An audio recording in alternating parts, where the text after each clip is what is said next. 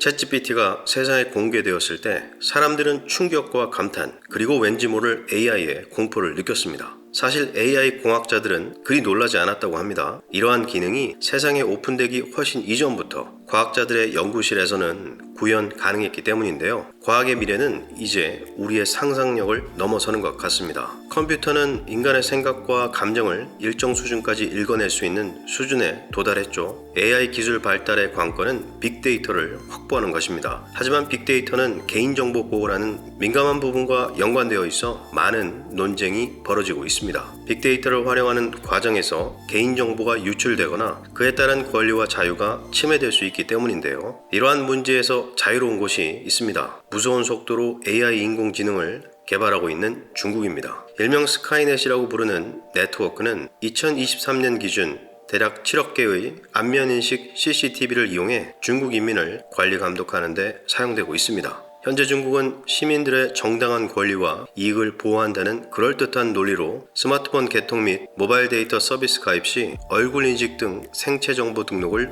의무화하고 있습니다. 차곡차곡 쌓이는 개인정보를 통해 CCTV가 있는 곳이라면 어디든 감시 가능한 체계를 구축하고 있는 것이죠. 악질의 성범죄자를 모니터링하는 것이라면 모를까 횡단보도를 건너는 평범한 시민들도 대상입니다. 여기서 더 나아가 뇌파를 이용한 AI 분석 기술로 학생들의 수업 태도를 관리할 수 있으며 뇌파 판독 헬멧을 통해 노동자들의 감정을 실시간으로 식별할 수 있는 정부 지원 프로젝트도 추진되고 있습니다. 여기서 우리는 생각해 봐야 할 것 같습니다. 과연 이러한 시대가 향하고 있는 미래는 우리가 원하는 사회로 가는 과정일까요?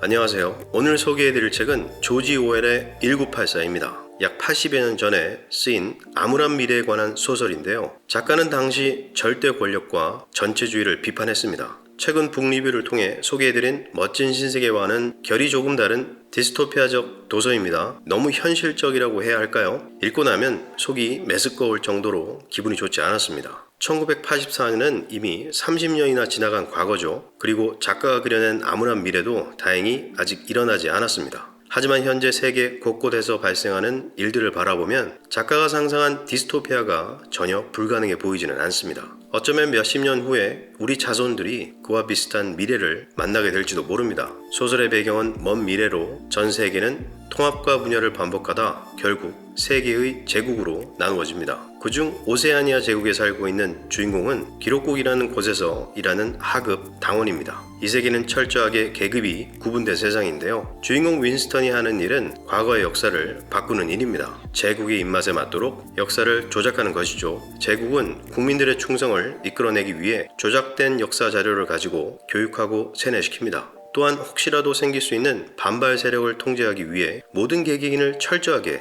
관리 감독하죠. 주인공 윈스턴이 살고 있는 아파트 거실에는 대형 스크린이 설치되어 있는데요. 제국의 사상들을 주입시키는 방송들이 끊임없이 나오는 동시에 그들의 일거수일투족을 감시합니다. 세뇌될 대로 세뇌된 이곳 사람들은 제국이 만들어낸 체제에 그저 순응하며 살아갑니다. 그러던 어느 날 주인공은 제국에 대한 의문을 갖게 됩니다. 무언가 잘못되었다 느낀 것이죠. 그는 사실을 밝히기 위해 하나하나 준비하기 시작합니다. 그 과정 속에 사랑하는 사람을 만나기도 하죠. 하지만 이 세상은 단순히 아이를 낳는 목적 외에는 개인 간의 육체적인 관계마저도 통제하고 금하고 있었기에 쉽지 않았습니다. 결국 제국의 비밀을 밝히는 과정에서 주인공은 함정에 빠집니다. 비밀 경찰에게 잡혀 고문을 당하게 되는데요. 마지막엔 제국의 사상에 쇠뇌되고 자아가 무너져 내린 또 다른 시민이 되어 다시 일상으로 돌아가는 모습으로 끝이 납니다. 소설 속 인류가 절대 권력에 통제되는 가장 큰 동의는 무엇이었을까요? 저는 두 가지를 꼽아봤습니다. 첫 번째, 사라지는 언어입니다. 에스키모인들은 눈의 상태를 나타낼 때 40여 개가 넘는 단어를 사용한다고 합니다. 내리는 눈, 집 지을 때 사용하는 눈, 고운 눈 등 삶을 통해 독창적으로 만들어진 어휘인 것이죠. 그렇게까지 해야 하나 싶은데요. 에스키모인들의 삶 속에서 눈과 얼음의 의존도가 상당히 높기 때문일 겁니다. 소설 속 제국은 절대 권력을 구축하기 위한 하나의 방편으로 일반 사람들이 사용하는 단어들을 제한합니다. 만약 에스키모인들이 오세아니아 제국에 살았다면 눈을 표현하는 단어를 하나로 제한했겠죠. 우리 인류의 역사를 한번 들여다볼까요? 기원전 1만 년경 농경 생활을 시작한 인류는 그 후 수천 년 동안 큰 진보를 만들어내지 못했습니다. 그러나 문자가 등장하자 인류의 발전 속도는 가파르게 빨라지죠. 과거의 언어는 그저 인간의 짧은 삶과 함께 사라지다가 극히 일부만 변이되어 후대로 전해졌습니다. 하지만 이제는 단순한 소통을 넘어 언어를 기록하고 통제할 수 있게 되자 급격한 진보를 만들어낼 수 있게 된 겁니다. 소설 속 제국 또한 이것을 이용한 것이죠. 사람들이 새로운 사고를 하지 못하도록 언어부터 통제한 겁니다. 그들의 절대 권력을 유지하려면 인류의 자유로운 언어 사용은 독창성과 혁명의 발판이 될 수 있기 때문일 겁니다.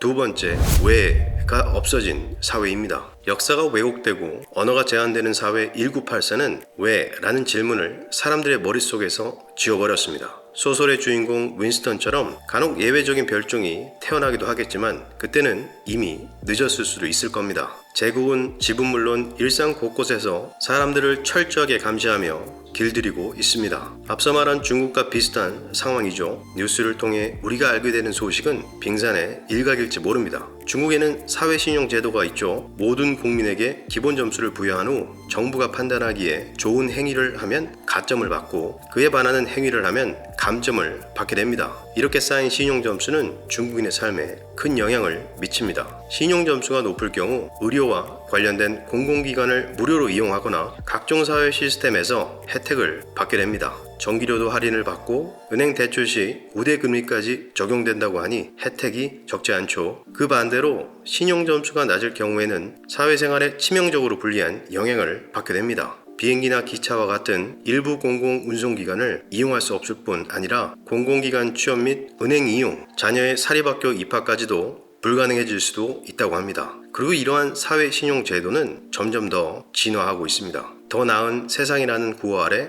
더 철저하게 사람들을 통제 관리하는 것이죠.